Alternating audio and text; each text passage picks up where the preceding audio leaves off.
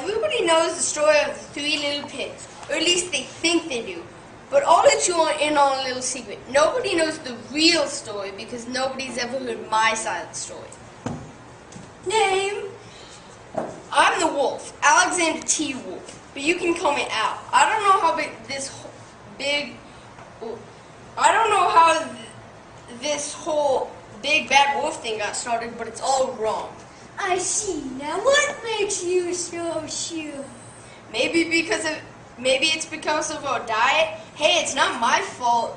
Wolves eat cute little animals like bunnies, sheep, and pigs. That's just the way we are. Can we stick to the story, please? If a cheeseburger was cute, folks would probably think you're big and bad too. But like I was saying, the whole big bad wolf thing is wrong. The real story is about a sneeze and a cup of sugar. Way back in Once Upon a Time, a wolf was making a birthday cake for his dear old granny. I had a terrible sneezing cold. He ran out of sugar.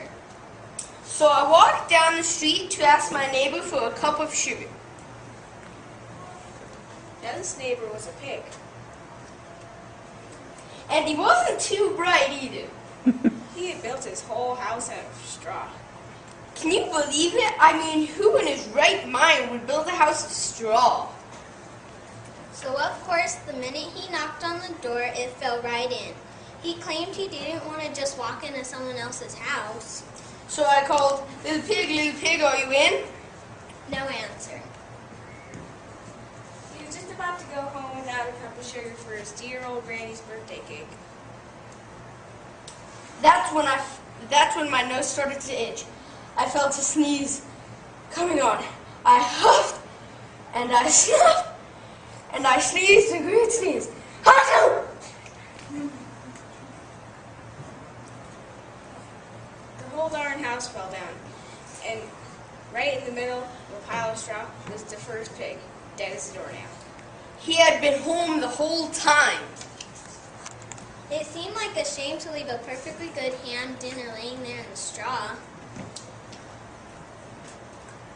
So I ate it up. Think of it as a big cheeseburger just laying there. He was feeling a little better.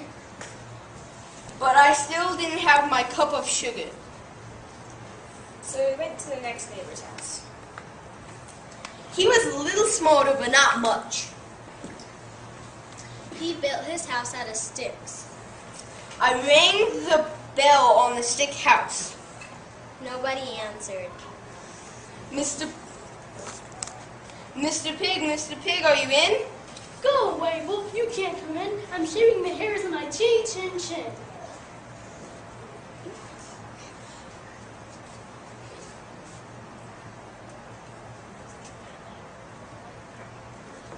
He just grabbed the doorknob when he felt another sneeze coming on. I huffed, and I snuffed, and I tried to cover my mouth, but I sneezed a great sneeze. Achoo!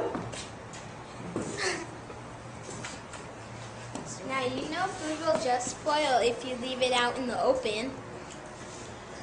When the dust cleared, there was the second little pig, dead as a doornail, wolf's honor.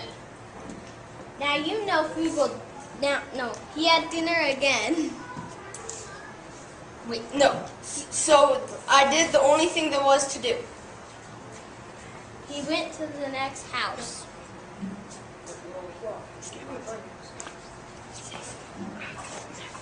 So I did the only thing there was to do. He had dinner again. Think of it as a second helping.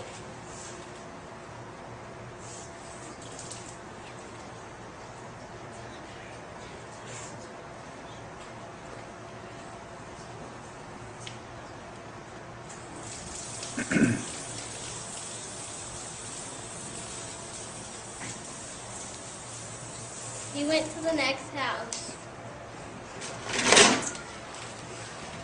He must have been the brains of the family.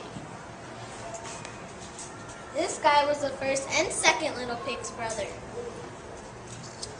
I knocked on the brick house.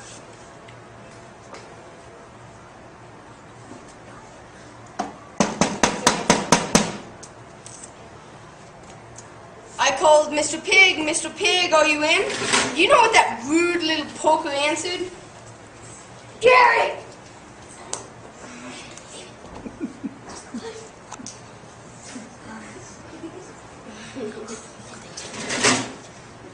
Get out of here, Wolf, and don't bother me again!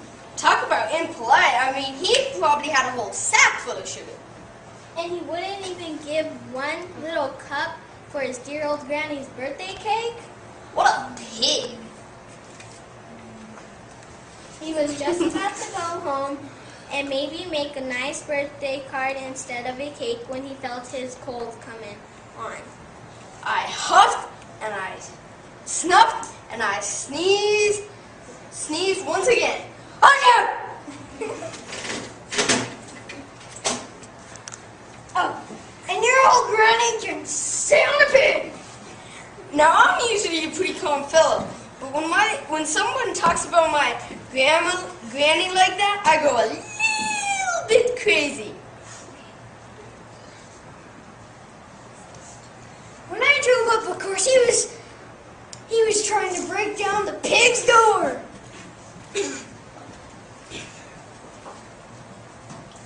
And the whole time he was huffing and puffing and making a real sound. Stop it! Stop it! And the rest, they say, is history. My partner and I found about the 2 pigs he ate for dinner. We figured a sick guy going to borrow a cup of sugar didn't sound very exciting. And that's it. The real story, he was framed. But maybe you could loan me a cup of sugar?